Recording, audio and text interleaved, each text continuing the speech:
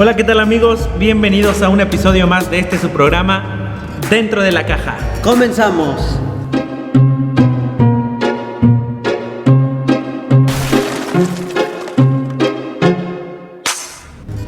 Muy bien, pues sean bienvenidos a este nuevo episodio en donde seguimos en la tarea de responder las preguntas que nos envían y que nos hacemos nosotros también de vez en cuando. Que hay que leer para contestar. Que hay que leer para poder contestar y hay que investigar mucho. No creo. El día de hoy, Emanuel, tenemos una pregunta, y todos ustedes que nos están viendo, que es interesante y que siempre nosotros nos hemos preguntado también y nos hemos hecho esta misma pregunta. ¿Está peleada la fe con la ciencia? ¿Tú crees que está peleada la fe con la ciencia? Es una pregunta muy interesante. La verdad es algo que al llegar a la universidad, si no te lo has enfrentado, te lo vas a enfrentar. Oye, tranquilo, viejo.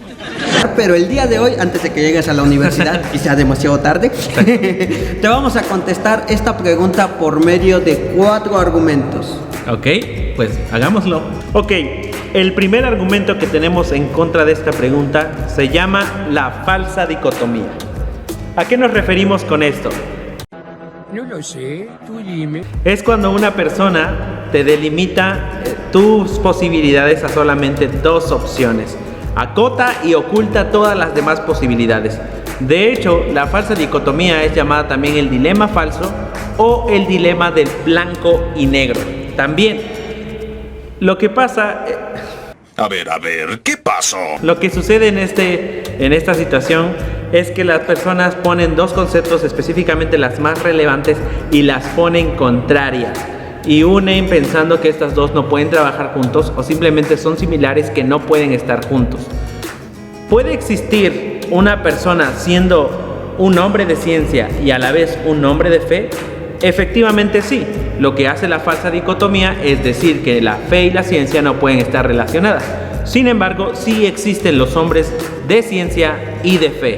Francis Collins, que es considerado el padre del genoma humano. Efectivamente se puede ser un hombre de fe y un hombre de ciencia. Se tenía que decir y se dijo. Así que la fe y la ciencia no están peleadas. Simplemente estamos comparando peras con manzanas. Es decir, ambas cosas estudian o se enfocan en diferentes ámbitos. Nuestro segundo argumento es que la ciencia cristiana. ¿Asustado, Potter?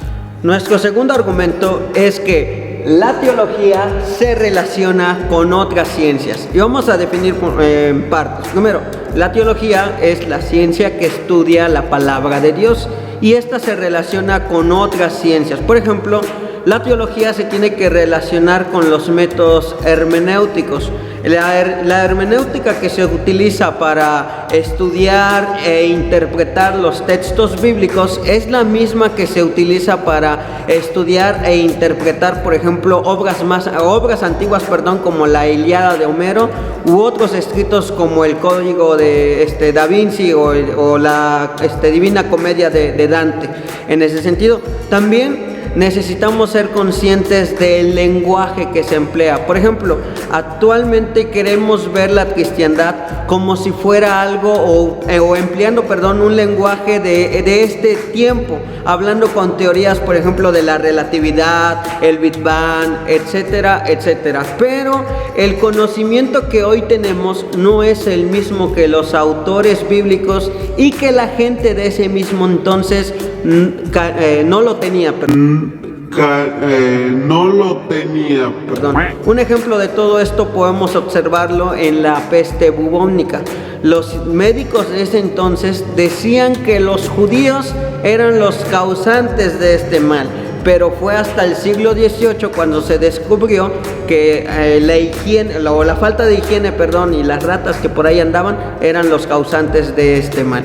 Y en tercer punto podemos ver que la teología se relaciona con la historia. Por ejemplo, muchos eventos que suceden en las páginas de la Biblia se piensan que son fábulas, pero algunos han podido ser comprobados arqueológicamente o por escritos de historiadores de la misma época. ¡Bravo! ¡Bravo! Este sí es mi ídolo. El tercer argumento, hablando acerca de esto, es que la teología en el caso de la fe, y en la ciencia, en el caso de las cosas exactas, estudian dos campos diferentes. Es decir, la fe, dice Hebreos capítulo 11, versículo 3, que a través de la fe nosotros entendemos. Es decir, que en el caso de la teología nosotros podemos comprender algunas cosas a través de la fe. No quiere decir que esto sea un caso subjetivo, al contrario, la fe se vale también de evidencias, en estos casos que se van a explicar más adelante, se vale también de evidencias para que tú puedas comprender y poder conocer a Dios. Tenemos el ejemplo de Moisés. Dios lo envió a liberar a un pueblo, sin embargo Dios no lo envió sin información, al contrario, Dios le dio todo lo necesario para poder liberar al pueblo de Israel. ¿Qué quiere decir esto? Que la fe necesita y también se vale de algunas cosas históricas, científicas. Sin embargo, en el caso de la ciencia, vemos que su enfoque está en el método científico, como veíamos hace rato, en medir las cosas exactas, y la ciencia puede ser cambiante. La ciencia puede cambiar al variar de los años, y déjenme decirles que también la ciencia en ocasiones se vale de la fe. Es decir, ¿quién de nosotros, en la mayoría, ha ido al espacio? ¿Quién sabe? ¿Quién ha ido a otro planeta?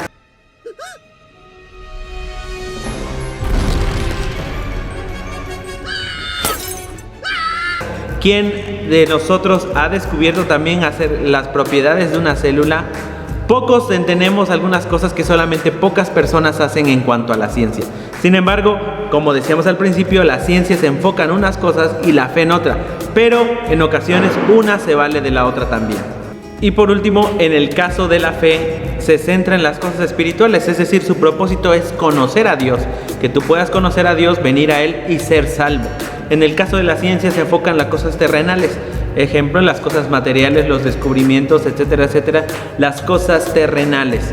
Muy bien, y por... Otra vez. Corte.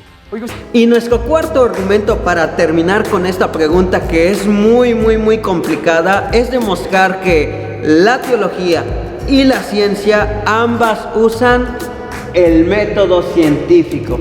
Es decir, ambas se validan por la observación, la medición, la hipótesis y la comprobación de resultados. Y necesitamos ser muy específicos acerca de todo esto. Miren, hay alguien que pudiera decir, a ver, emplea el método científico del 12 de enero del 2021. No lo puedes hacer, es un día que ya pasó, algo exacto. Pero ese método quieren aplicarlo con la fe. Demuéstrame científicamente que Dios existe.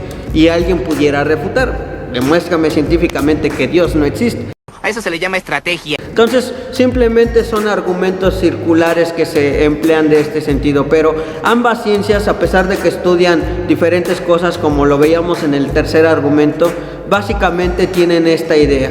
Y hay muchas hipótesis de la ciencia que en cierta manera al paso del tiempo se han ido perdiendo, porque la gente del siglo XX, pasándolo en palabras actuales, como dijeran, a ver tu fuente mi mamá, fuente mi papá, ¿no? Entonces tuvieron que comprobar las ciertas cosas y, por ejemplo, a lo largo de la historia se tuvo que cambiar la percepción de el centro de la Tierra, si la Tierra era esférica o era plana. Esa pelea ya estaba desde antes, pero no piensen que es nada actual. Entonces la hipótesis y la comprobación ha hecho que la ciencia sea cambiante, pero no en la cuestión de la fe. El principio que Dios maneja es el mismo que se ve plasmado a lo largo de las páginas de la Biblia. Así que con esto damos por finalizado nuestro cuarto argumento. Y pues bueno, ¿qué les ha parecido estos 4 argumentos que les hemos dejado? Se los vamos a dar gratis, no les vamos a cobrar nada. Hasta acá me llega el olor a la pobreza. Solo una suscripción anual, ¿no? Eso sí, no olvides suscribirte también a esta página, la Iglesia de Centro Evangélico Orizaba Poniente, y seguir todo nuestro contenido que tenemos muy variado para toda la gente, toda la familia, el sobrino, la tía, la abuelita, el entenado. El entenado, sí, el adoptado también. El adoptado. No vayas a matar a alguien de la risa, ten cuidado. También queremos leer tus opiniones sobre todas Sí, estas también. polémicas. A lo mejor tú digas, yo tengo un quinto argumento, como el quinto elemento. Pero queremos leer qué es lo que opinas y piensas sobre esta temática muy delicada, ¿no? Sí, a lo mejor también tienen una postura diferente a la nuestra o hay algo que vieron en este video y que quieran debatir, refutar, pueden escribir aquí abajo. Y también no olviden darle clic a la campanita de notificaciones para que puedas recibir más videos como este y seguir disfrutando de más contenido. Así es, entonces nos vemos en el próximo capítulo de Dentro de la Caja. Adiós.